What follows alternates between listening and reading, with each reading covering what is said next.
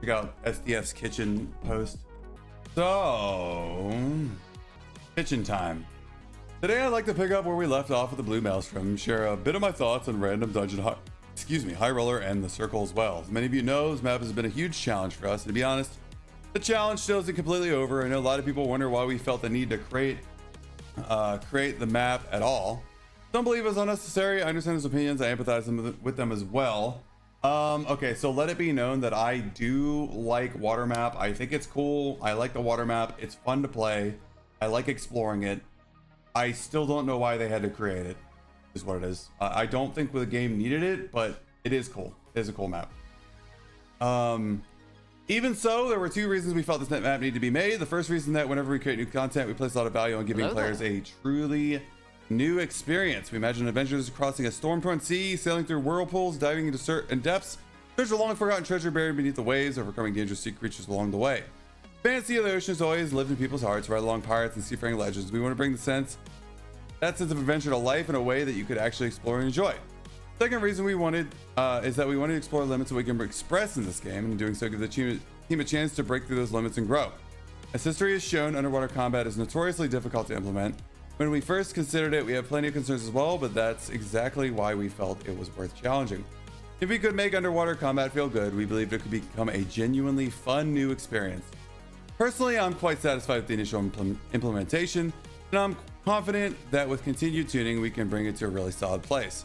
We're aware that certain classes struggle, such as not being able to use fire magic underwater, and we'll work on ways to make sure they still have viable options. That said, unfortunately, fire is not going to work underwater. In addition to that, we carried a lot of research and development working to implement underwater movement for both players and monsters, as well as mounts and zip lines. I'm sorry that it still doesn't look completely polished yet. We've made meaningful progress internally, and I'm confident the experience and knowledge we gain through this process will be a valuable asset for our future development. Based on this foundation, we'll continue refining the rougher parts of player and monster movement, work towards completing them with a much better precision. And someday, I really want us to explore space as well. Be a lot cooler if we didn't. Be a lot cooler if we didn't, SDF. Be a lot cooler if we didn't. Just saying. Like, the game loop is not cool. It's not fun right now.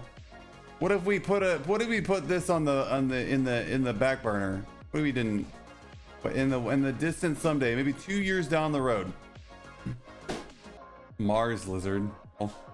There's still some serious issues in the Blue Maelstrom performance problems, water cross sections becoming visible, rough transitions moving water to land, and even physics bugs occasionally lost players in the sky. Many bugs I'm honestly sorry to even mention. We'll continue fixing them one by one and steadily and carefully.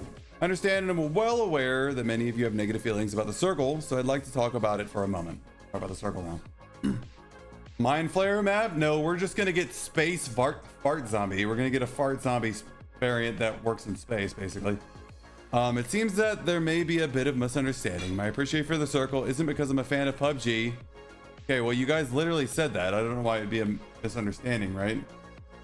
It's not a misunderstanding. You guys literally said it. The tavern talk. Anywho, but because I believe it has the following advantages. Random extraction portals. Having a controlled number of random portals creates situations where players must compete with each other to escape, and since higher tier gear provides an advantage in that competition, it gives more meaning and value to actually wearing good gear. Additionally, because the portal locations keep changing, players end up fighting in many different level modules instead of the same spots over and over. Combined with the random dungeon system, I believe this helps produce the feeling of repeating same adventure endlessly. That's because some modules just suck, and the loot in those modules sucks, and they suck to clear. You know what I mean? That's why people don't fight in all the modules. Like, some modules just have terrible loot and they're terrible to clear. You know, is what it is. Preventing crow play in a natural way. I'm well aware in High Roller, highly mobile classes with low gear can follow geared players around and swoop in to steal rewards during chaotic fights, and that this creates a poor experience for top level competitive players. I still consider this a valid style of play. I didn't want to restrict it with artificial rules. I don't know if crow play is a valid style of play. It's lame as shit, bro. Like forcing slow interaction speeds and other hard limitations. At the same time, I also didn't want this to become the most efficient strategy to the point where everyone feels pressured this way to play this way. That's why, with the combination of circle and random extraction portals, my hope was that players would naturally equip higher gear to gain an advantage in the competition to survive and escape. And even highly mobile classes would have their movements somewhat constrained by the circle, helping prevent the strategy from being overwhelmingly dominant. There are also other reasons, such as wanting to give veteran adventurers a more hardcore adventure experience. RNG is not hardcore, guys. After seeing how the circle works on the blue maelstrom and how players interact with it, I was able to clearly understand the exact reasons why players didn't like the circle. For real? It took that long to understand why people don't like the circle? Huh. Layout of the blue maelstrom, where the bosses are placed in two opposite corners of the map, ended up being very unsuitable for boss grinding when combined with the circle. As we reviewed the new modes and analyzed the different player groups and their preferences, we found that S2R, Squires of Riches, and arena players generally had little issue with the circle, while players who enjoy any of the extraction modes had stronger concerns about it.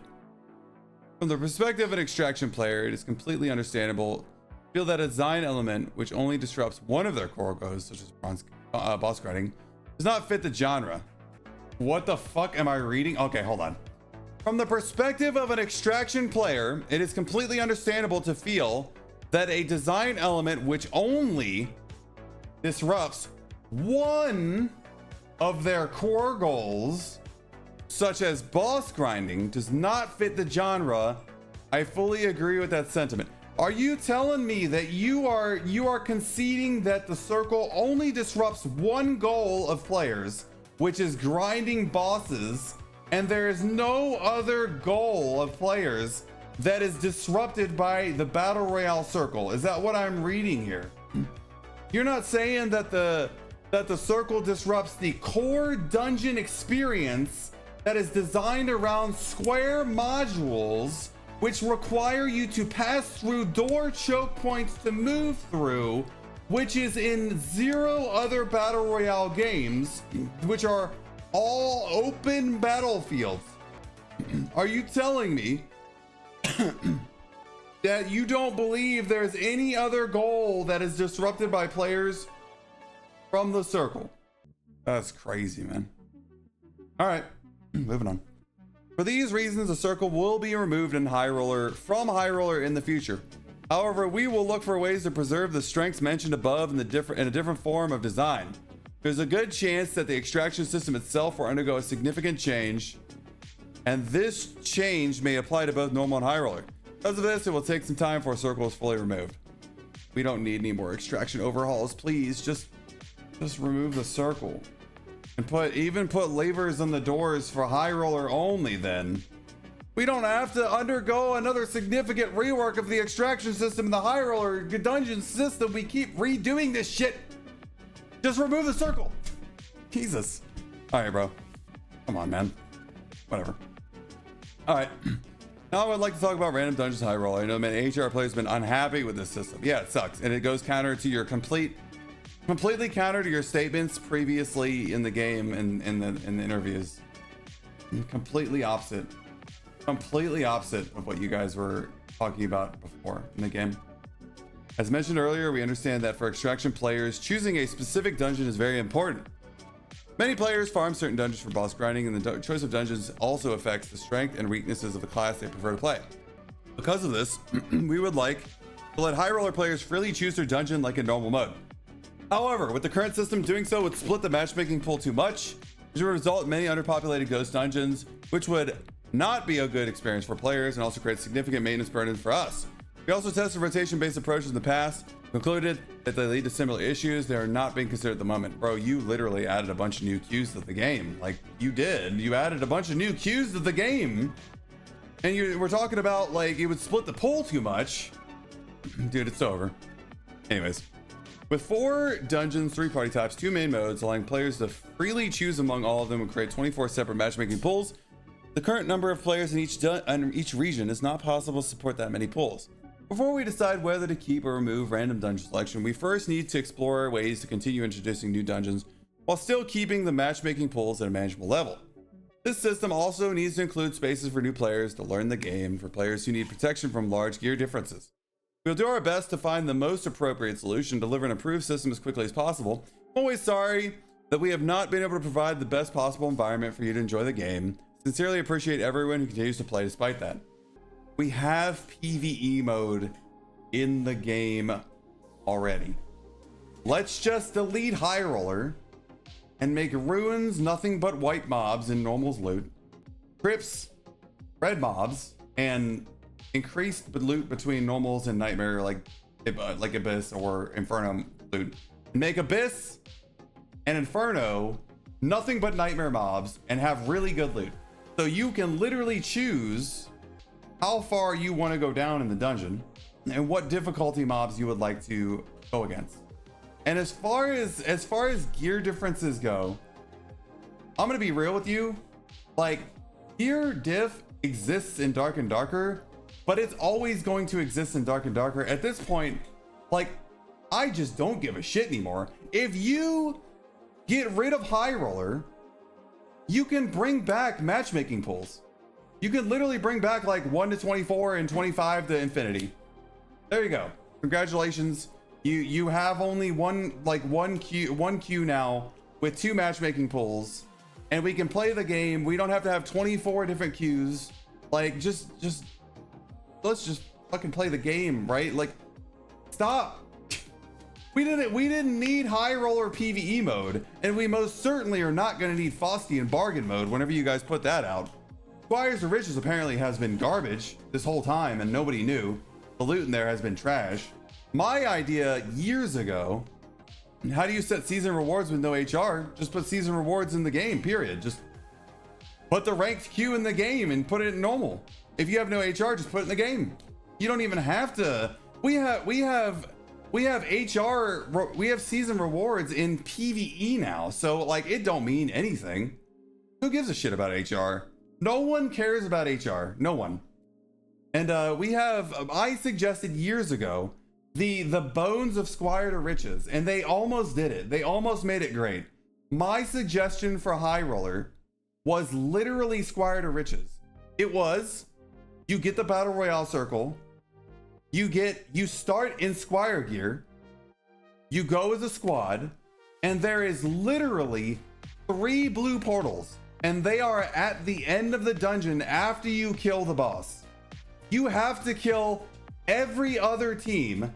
HR would literally be ranked battle royale mode. It will be HR. If you want a ranked mode in Dark and Darker, that is the only balanced way to do it. That's the only way to do it where you can't pay to win. That you can't come in with better gear. You can't RMT to get ranked. You have to literally come in at the same level as everybody else. If you want to have an actual ranked mode for leaderboards, put it in Squire to Riches, where it's literally High Roller type mobs. You go in, only one team comes out. There you go. Congratulations. We don't need Squire to Riches. Remove HR, make Squire to Riches the quintessential like leaderboard mode. Put the seasonal rewards in every game mode. As long as you're playing and extracting, you can adjust the amount of AP you get per match as needed, right? And now we have like literally 2 queues. Well, 3 if you count PvE. We have PvP queue, we have ranked mode, which is Squire to Riches, and then we have PvE mode, which is just PvE mode, right? There you go. Congratulations. We can play the game. We actually get matches with players in them, and you can choose which game mode you want to play in. If you want to sweat in Squire to Riches, go for it. If you want to gather gear in the old style extraction experience, play normals. Right? Play normal PvP mode. If you don't want to fight players, play PvE mode. Congratulations, you did it.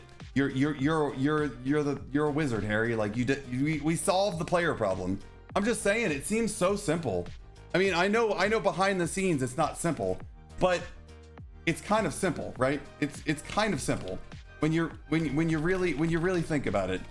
Like, we don't need 10 trillion queues for players who are going to play the game for a week and quit forever. Like, we don't need it. We don't have to do that. Just make the game better overall, and people will play the game, I promise. Thanks for coming to my TED Talk. Anyways, let's go see the changes. Let's go see the patch changes.